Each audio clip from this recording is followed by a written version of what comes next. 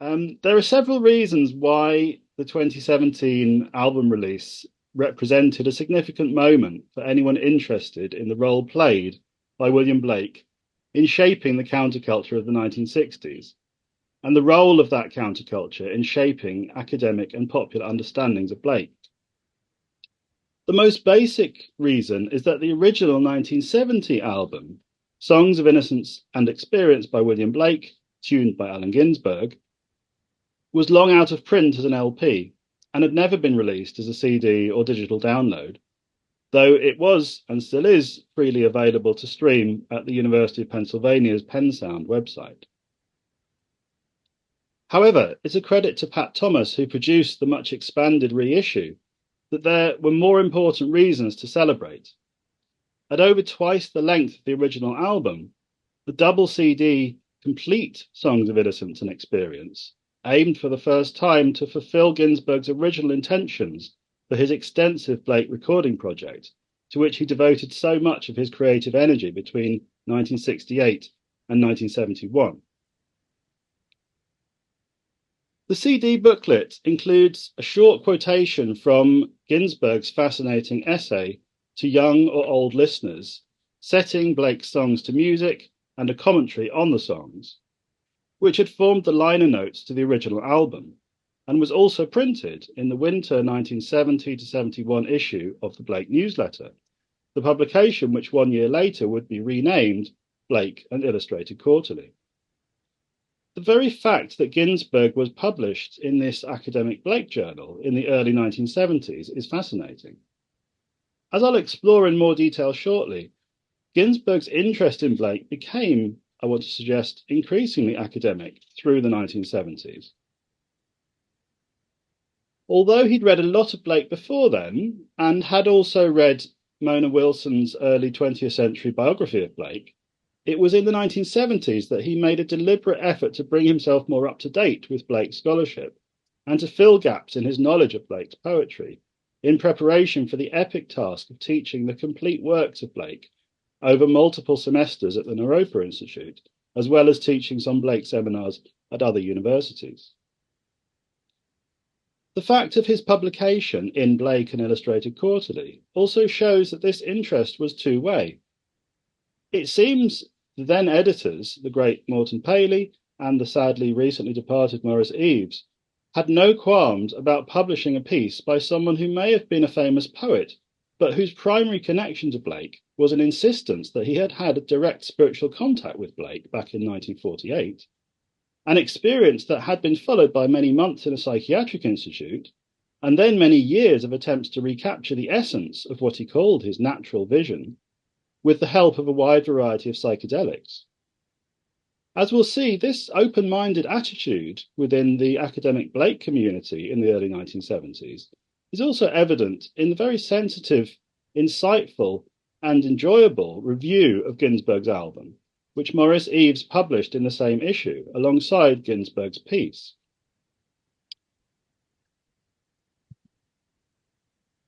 In his essay, Ginsberg wastes no time in reminding his young or old listeners of the unusual personal spiritual context in which his connection to several of the songs on the album had begun. Inspiration began 21 years, half my life ago, living in Harlem. In mind's outer ear, I heard Blake's voice pronounce the sunflower and the sick rose and the little girl lost. He places this last poem title in brackets as it was not one of the songs on the album. And experienced an illumination of eternal consciousness, my own heart identical with the ancient heart of the universe. He continues by explaining that, inspired by this vision, he had eventually imagined this music into existence. And note, he places the word imagined in italics to emphasize its Blakean significance. But only after what he later describes as 20 summers musing over the rhythms, during which he had lived through the apocalyptic history of the Beat 50s and countercultural 60s. Ginsberg's very Blakean phrase, apocalyptic history, serves to link the spiritual and political context of the recordings. The current age, he implies, is one both of spiritual revelation and political upheaval. This apocalyptic political context is already hinted at in his essay's opening sentence, with its reference to the event Ginsberg epigrammatically calls Democratic Convention 1968 Tear Gas Chicago, which had also played its part in inspiring his settings of Blake's songs. Indeed, it is this context of the 1968 Democratic Party convention and the mass protests and violence that accompanied it that explains the anomalous presence of the Grey Monk within an album devoted to Blake's songs. Ginsberg had been one of the organizers of the Chicago protests, and as the tension in Chicago began to build up to the climactic police riot, during which hundreds of protesters were savagely beaten by out-of-control police, Ginsberg sat cross-legged on the outdoor stage which had just hosted Detroit proto-punks the MC5, accompanying himself on his Indian harmonium as he sang Blake's The Grey Monk and chanted Hindu mantras to try to calm the situation. Ginsberg, of course, recognized the appropriateness of that poem's theme to the political situation of the late 1960s, with war in Vietnam and violence on the streets of America. This seemed to be encapsulated in the poem's key line, "But vain the sword and vain the bow, they never can work war's overthrow." This improvised performance of the Grey Monk was his first musical setting of any of Blake's poetry, and inspired him to begin his project of setting the songs of Innocence and of Experience themselves to music. The songs released on the original 1970 album represented the first fruits of this labour, and these, along with two previously unreleased tracks from the same session, make up the first CD of the 2017 reissue. But as he had promised to young or old listeners, Ginsberg continued to tune more of Blake's songs over the next few years, and organised a second series of recording sessions in the summer of 1971, accompanied by a new group of musicians, which notably included the avant-garde cellist Arthur Russell. These 1971 sessions unfortunately never led to the envisaged second Blake LP, even though, as Barry Miles notes in the CD booklet, and as he stated earlier in his keynote, Allen had learned a lot from the 1969 recordings, had performed the songs live on stage for 2 years, and also learned better microphone technique. 11 Blake songs from these later sessions are now included on the second disc of the 2017 reissue, so that this much expanded album, though not quite truly complete because it doesn't contain every one of Blake's songs, as its title claims, does finally contain an impressive total of 31 of Blake's songs of Innocence and of Experience, plus Let the Brothels of Paris Be Opened, and 2 different versions of The Grey Monk. One as released in 1970, which features appropriately martial drums, and one, a newly discovered stripped back version, presumably closer to how Ginsberg had originally performed it in Chicago. It may seem conceptually inconsistent to some listeners, as you can see from the track listing here on the screen,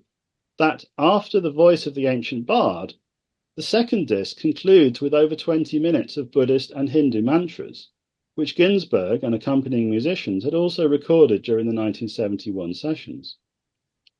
Before considering the artistic and interpretive merits of the complete songs, I want to address this aspect of the album by suggesting that in the context of the Ginsberg-Blake connection, which is itself a central strand of Blake's broader 60s reception, as well as in the context of the Grey Monk's inception in Chicago, where he'd chanted it, sung it alongside mantras, this edition is far from incongruous. Amongst Ginsberg scholars, it's sometimes been suggested that Buddhism competed with Blake for Ginsberg's attention, with his 1963 poem The Change typically interpreted as marking the beginning of that shift in allegiance from Blake to Buddhism.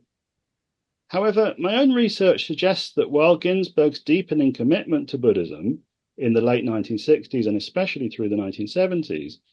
helped him to overcome what he felt was becoming a problematic fixation with the 1948 Blake vision.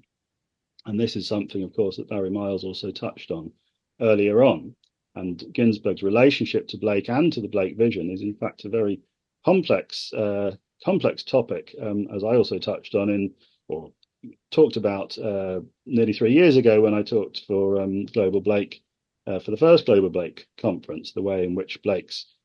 Ginsberg's understanding of his own claimed 1948 Blake vision actually changed very significantly over time. So, whereas it's often been claimed that Ginsberg's sort of commitment to Buddhism in the 1970s started to sort of shift his interest away from Blake, actually, I want to suggest that although he became increasingly aware of a sort of problematic element to his obsession with this claimed vision of 1948, it actually coincided with and even influenced his growing intellectual involvement with Blake's poetry in this period. So not just visionary context, but a more intellectual context, including, as I've already mentioned, a strong engagement with contemporary and historical Blake scholarship. Fascinating insights into the range and depth of Ginsberg's engagement with Blake in the 1970s can be found in several of his distinctive to-do list poems. Thus, in What I'd Like to Do from 1973, he urges himself to study prophetic books, interpret Blake, unify vision. He hopes this will provide the inspiration necessary to compose English apocalypse, Tibetan mantra blues, and also to even further extend the Blake recording project, compose last choirs of Innocence and Experience, set music to tongues of Rossetti manuscript, orchestrate Jerusalem's quatrains. Similar concerns, as well as evidence of his reading of secondary literature on Blake, can be found in the 1978 poem, All the Things I've Got to Do. Here, amongst the great variety of unfinished projects and chores, poetic, political, spiritual, and domestic, Ginsberg reminds himself to read David Erdman's Symmetries of the Song of Loss, a paper on my bookshelf, a year, and to Xerox my Blake music sheets. While we're discussing these academic contexts of Ginsberg's engagement with Blake in the 1970s, I want to return to Maurice Eves' characteristically insightful review of the original album, which appeared in the same Blake Quarterly issue that contained Ginsberg's own essay, and is still, I would suggest, well worth reading for anyone at this conference interested in the sort of broader topic of Blake's Blake and music, because as you can see just from the very beginning of of Eves' essay, which is here on the screen, he actually has there's a sizable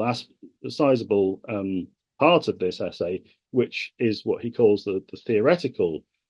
section, where he talks very interestingly about the sort of broader problems of how we imagine the relationship between Blake and music, and how Blake's music might be brought out or considered. Very interesting essay. Eves notes that Ginsberg, and especially his life partner Peter Orlovsky, who contributed vocals to some of the songs on these first sessions, possess outrageous voices, as he calls them. Indeed, and as Barry Miles was also talking about earlier on, indeed, Ginsberg and company demand of the listener a child's indifference to conventional musical values. So it sounds very much as if Eves is going to, is slating the album basically. However, despite these very honest appraisals of their singing style, or he kind of implies even because of it, Eves is ultimately hugely sympathetic to the album, concluding that Ginsberg's compositions are the best of any yet written for Blake, although he fears that few will think so. So earlier on, when we talked about, sort of after the keynote, when we talked about this idea of innocence and the sort of innocence that's brought out within Ginsberg's recordings, this is part of what Eves is talking about in his essay. To bring in now my own opinion of the recordings, I think Eves is right to suggest that much of the power of the music on the 1970 album comes from its heartfelt sense of purpose and the deep love of Blake that it reveals.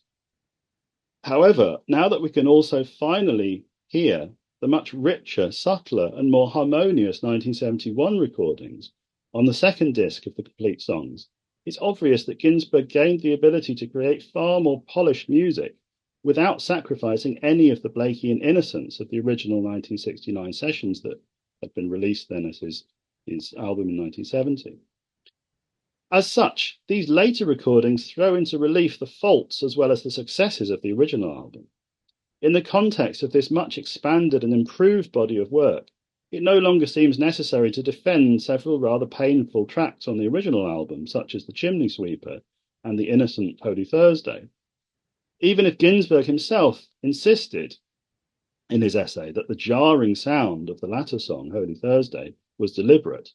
Spaced out Orlovsky singing against Don Cherry on flute, and trumpet zapped the tune up to ecstatic joy instead of a tender lamb-like chorus.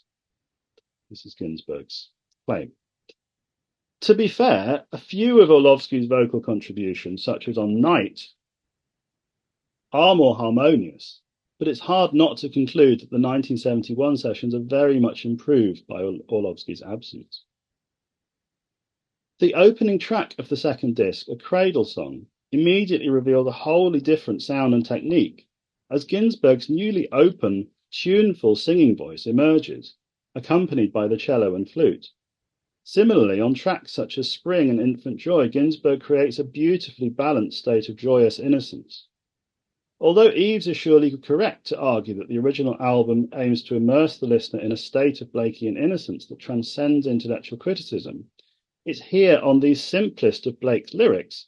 that the interpretive potential of this technique is fully realized, with a sound and a subtlety that's quite different from the early sessions that Eves was, of course, commenting on, because that was all that he had heard. Meanwhile, on 1971 recordings like The Divine Image, Ginsberg adopts the same simple technique that he had earlier used on The Sick Rose and The Human Abstract, chanting solo against the insistent drone of his Indian harmonium. While these represent some of the best songs on the original album, The Divine Image shows that this Indian sound can also work very well with his new, more open singing voice. Overall, the additional tracks on the complete songs add enormously to the enjoyment of Ginsberg's Blake album, as well as emphasizing the way in which Ginsberg employed a wide variety of techniques and influences in his settings of Blake, both during the original 1969 sessions and later. Referring to Ginsberg's own hope to young or old listeners that musical articulations of Blake's poetry will be heard by the pop, rock, music, mass media, electronic, illumination, democratic ear, and his linking of Blake and himself in the essay to Bob Dylan and other well-known musicians of the period, Eves suggests that Ginsberg's own music resembles none of the musicians he names so much as it does the Incredible String Band. And of course, interestingly, Miles also made exactly this connection earlier on today. This is indeed an apt comparison, particularly when we consider that Eves would probably have had no way of knowing back in 1970 that Robin Williamson of the Incredible String Band was indeed himself a huge fan of William Blake. And as an aside here, you should definitely all go and listen to Robin Williamson's 2002 album, Skirting the River Road, Songs and Settings of Whitman, Blake and Vaughan, which is actually one of my favourite musical interpretations of Blake. Also quite different, actually, in style to the original Incredible String Band sort of work that he's better known for, and which both Eves and Miles make the comparison between for Ginsberg's album. However, I want to argue slightly against Eves here. I think a surprisingly wide range of other influences and similarities can indeed be heard in Ginsberg's music, all of which illuminate and contribute to Blake's 60s identity. Thus, as Eves himself points out, on The Blossom, Ginsberg and the musicians create an impressively natural and unforced approximation of what the folk music of Blake's own period may have sounded like. Elsewhere on both discs of the expanded album, Ginsberg makes deliberate use of various microtonal settings which extend beyond the use of his Indian harmonium, and which are sometimes reminiscent of the avant-garde music of the Velvet Underground. I'm thinking particularly of the unusual sound texture achieved on The Little Black Boy, which Eves hesitatingly describes as sort of oriental. Perhaps most importantly, the claimed link to Dylan should not be dismissed, although, as I argued this morning, as always with the Blake-Dylan beat connection, the dynamics of these relationships of ownership are more complex than they at first appear. Part of Ginsberg's original impetus for setting the songs to music had been to encourage Dylan's interest in Blake, and Dylan later included footage of Ginsberg singing the Innocent Nurses song in his epic experimental film Rinaldo and Clara in 1978. Meanwhile, the elements of Dylan's oeuvre which seem to chime most directly with Ginsberg's Blake recordings are those associated with Dylan's late 1960s albums. Ginsberg's settings of the Garden of Love on the first disc and the experienced Holy Thursday on the second disc include country elements which are quite reminiscent of Dylan's John Wesley Harding from 1967 and Nashville Skyline from 1969. However, there is a sound, and more especially a sensibility, to be found throughout Ginsberg's Blake recordings, which I think is particularly reminiscent of Dylan's 1967 basement tape sessions with the band.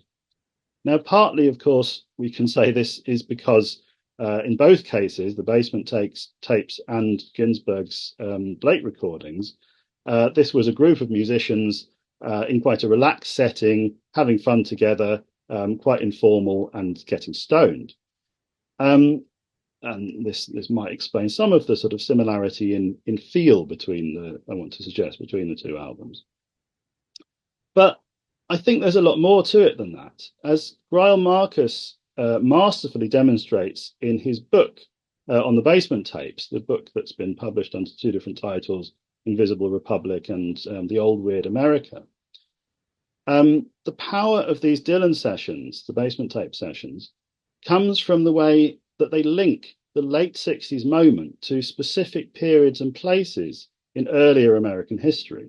and ultimately to a substratum of myth and archetype.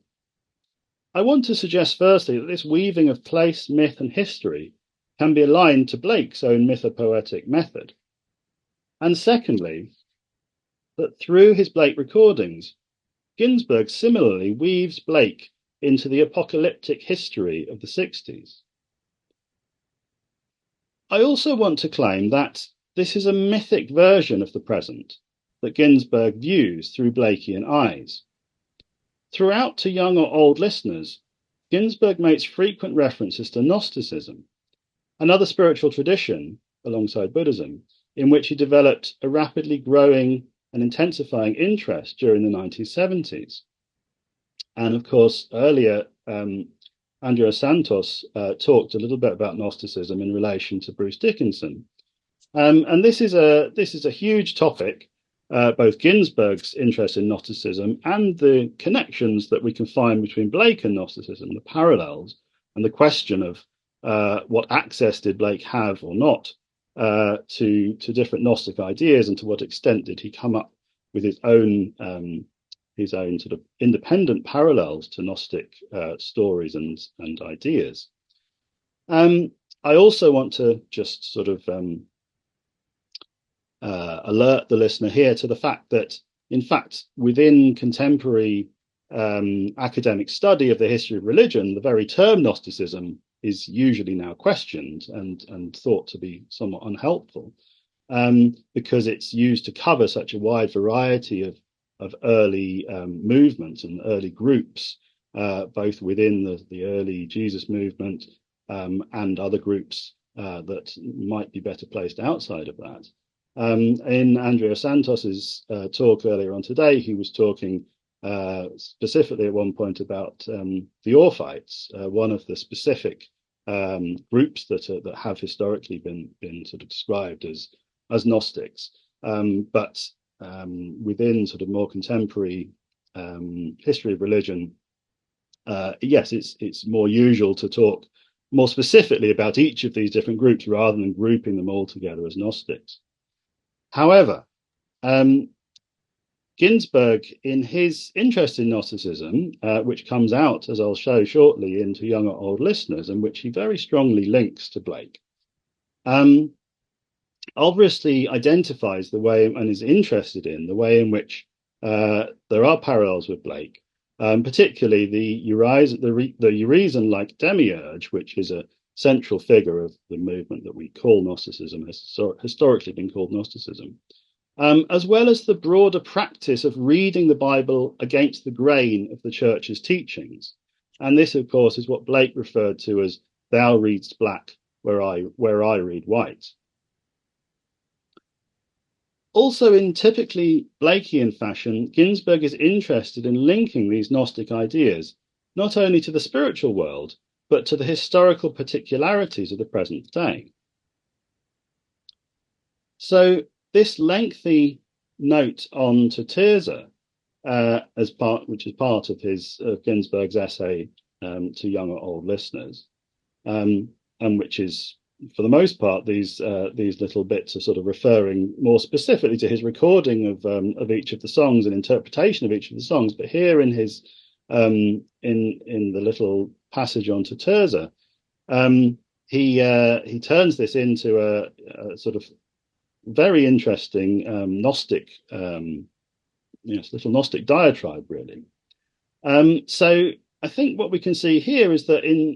and what's interesting to me here is that in typically Blakean fashion, Ginsberg is interested in linking these ideas to the historical particularities, the minute particulars of the historical world, the political world, as well as the spiritual world. And this is, the Tirza is one, I would say, one of the best songs on the original Blake album. And his piece here, Ginsberg's piece here, begins by describing Blake's text as a late wisdom, Gnostic, Kabbalistic, Buddhist transcendental put down of the entire phenomenal sensory universe as a mental illusion. But Ginsberg goes on to then relate Gnostic myth and the history of the early Christian church to the politics of the late 1960s. The Roman state co-opted religion at Council of Nicaea and established the satanic state, presently headed by Richard Nixon, Jehovah in disguise, forgetting to whom he is beholden, only a flash of Sophia's consciousness. So this Gnostic conspiratorial worldview, we might call it, which is conspiratorial in its approach to, in its reading both of the cosmic and the political worlds, is a key element, particularly in the 1970s, of Ginsberg's interest in Blake and his broader interest also in Gnosticism. And just linking this, trying to link this to what I said earlier about the way in which the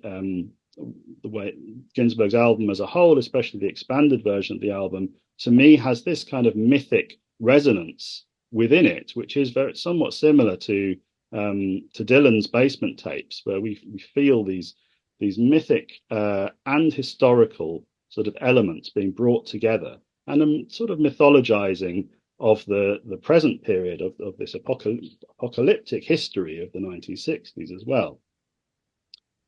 is something that I want to draw out. So, bringing the paper to a conclusion, I want to argue that Ginsberg's album is valuable as more than simply a historical artifact of 60s countercultural Blake. Maurice Eves' own brave conclusion that Ginsberg's music and Blake's songs possess corresponding powers has stood the test of time. But with the revelatory addition of the second disc of songs from the 1971 sessions, I'm confident that the complete songs of Innocence and Experience will enable many more listeners to agree.